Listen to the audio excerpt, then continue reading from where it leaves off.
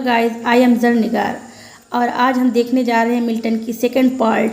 तो चलिए देखते हैं मिल्टन के वर्क को जो आपके आने वाली 27,000 वैकेंसी में मोस्ट इम्पॉर्टेंट है।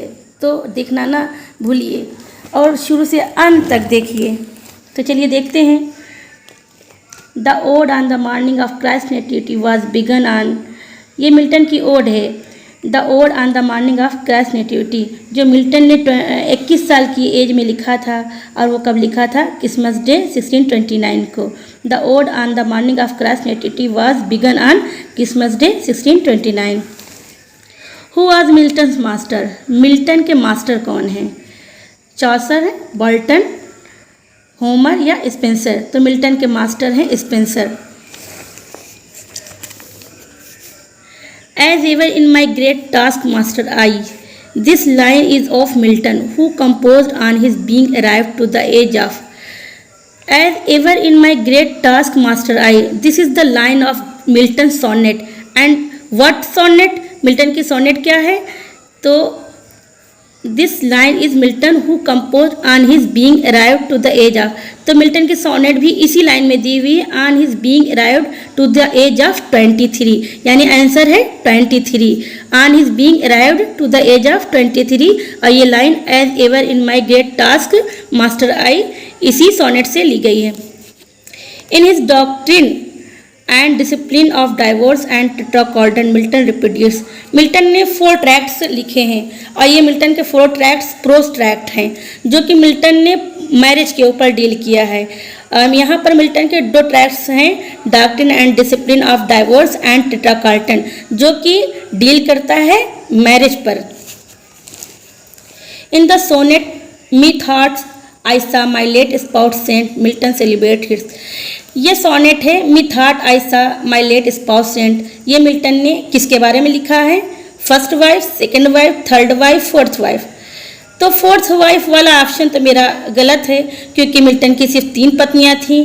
सो चौथा ऑप्शन तो मेरा रॉन्ग है और मेरा सही आंसर है सेकंड वाइफ, यानी मी thought I saw my late spouse Saint. ये सोनेट मिल्टन ने अपनी सेकंड वाइफ कैथरीन वुडकॉक के लिए लिखा था। Who commented on Milton saying this man cuts us all out and the ancient too.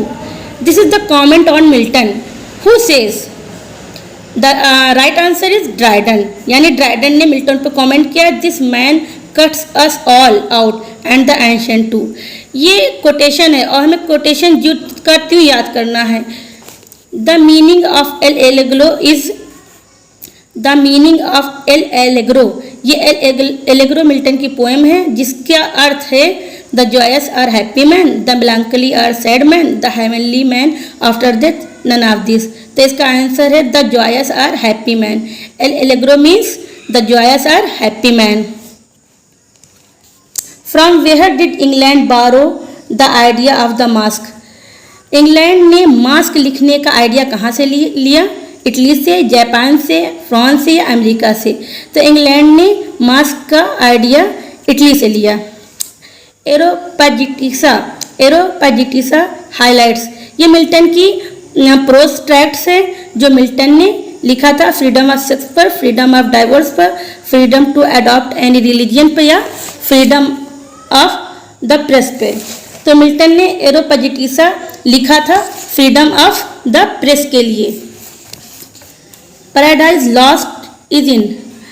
Milton की paradise lost जो Milton ने अपने लास्ट फेज यानी लास्ट अंतिम चरणों में लिखा था, लास्ट फेज में लिखा था, जब मिल्टन अंधे हो चुके थे, जब मिल्टन की आंखों की रोशनी चली गई थी, तब मिल्टन ने पैराडाइज लॉस्ट लिखा था। और पैराडाइज लॉस्ट लिखने के बाद मिल्टन हो गए, यानी पैराडाइज लॉस्ट मिल्टन की इपिक है जो किसमें लिखी गई है? ब्लैंक वर्स में लिखी गई है या फ्री वर्स में लिखी गई है या स्टेंजा फॉर्म में लिखी गई है या स्पेंसेरियन स्टेंजा में लिखी गई है?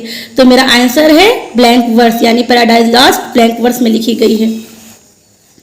Who has described Paradise Lost as the dream of a Puritan fallen asleep over his Bible?